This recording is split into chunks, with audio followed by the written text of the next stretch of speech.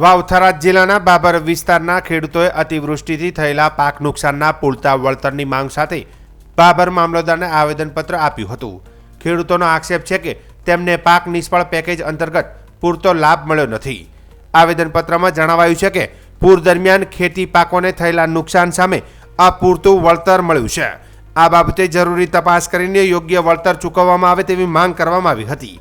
આ રજૂઆતના સમયે મોટી સંખ્યામાં ખેડૂતો બાબર મામલતદાર કચેરી ખાતે ઉપસ્થિત રહ્યા હતા। વાવ અને થરાદ જિલ્લાના છેવાડાના વિસ્તારોમાં પાછોતરા વરસાદે ભારે વિનાશ વેર્યો હતો। વર્ષ 2025 ઓગસ્ટ અને સપ્ટેમ્બરમાં આવેલ ભારે વરસાદને કારણે બાબર, સુઈગામ, વાવ અને થરાદ તાલુકામાં ખેતી પાકોને મોટું નુકસાન થયું હતું। સરકાર દ્વારા મોટું રાહત પેકેજ જાહેર કરવામાં આવ્યું હોવા છતાં બાબર પંથકના ખેડૂતોને ઓછું વળતર ચૂકવવામાં આવ્યું હોવાના આક્ષેપ થયા છે।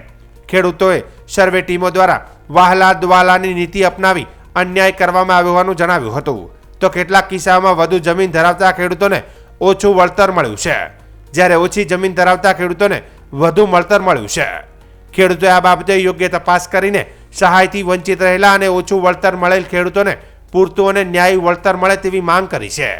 તમામ ખેડૂતોને સમાન અને પૂરતી સહાય ચૂકવવામાં આવે તેવી ઉગ્ર રજૂઆત કરવામાં આવી હતી। હું સનુભા નટવરસિંહ બાબર જુના જે આપણે સરકાર જે સહાય આપવાના તે પાક નિષ્ફળની તેની અંદર સહાય આલી પણ કેવી રીતે કે હેક્ટર દીઠ 22,000 રૂપિયા આપવાના હતા। એની અંદર કોઈને 2 હેક્ટર હતા તો કોઈને 44 મળ્યા છે, કોઈને 2 હેક્ટરની અંદર 2 હેક્ટર હતા તો પૈસા ઓછા મળ્યા છે, અને હેક્ટર હતી તો એમને 44 મળ્યા છે, કોઈને 10 મળ્યા, કોઈને 15 મળ્યા। હવે આ સરકાર કેવી રીતના પૈસા લે એ અમને ખબર નથી, અને આ સુધી અમુકને તો પૈસા લિસ્ટમાં આવ્યા છે પણ પૈસા હજુ ખાતામાં આવ્યા નથી। તો એની અંદર અમારે સરકારને કેવી રીતનું કરવું તો અમને કોઈક સરકાર અમને માહિતી આપે, અને બીજું કે અમુક હજુ ફોર્મ નથી ભરે એનું પણ શું કરવાનું એમ।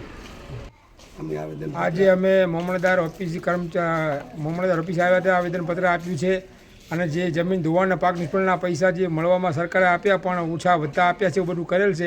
વાલા દ્વારાની નીતિ અપનાવેલી છે। હેક્ટર દીઠ નક્કી થયેલા રકમ પ્રમાણે ખેડૂતોને વળતર મળેલ નથી, અને ખેડૂતો વંચિત પણ રહી ગયા, કોઈ ફોર્મ ભર્યા વગરના પણ રહી ગયા છે। એટલે આમના માટે શું કરવું એટલે સરકારને અમારી વિનંતી।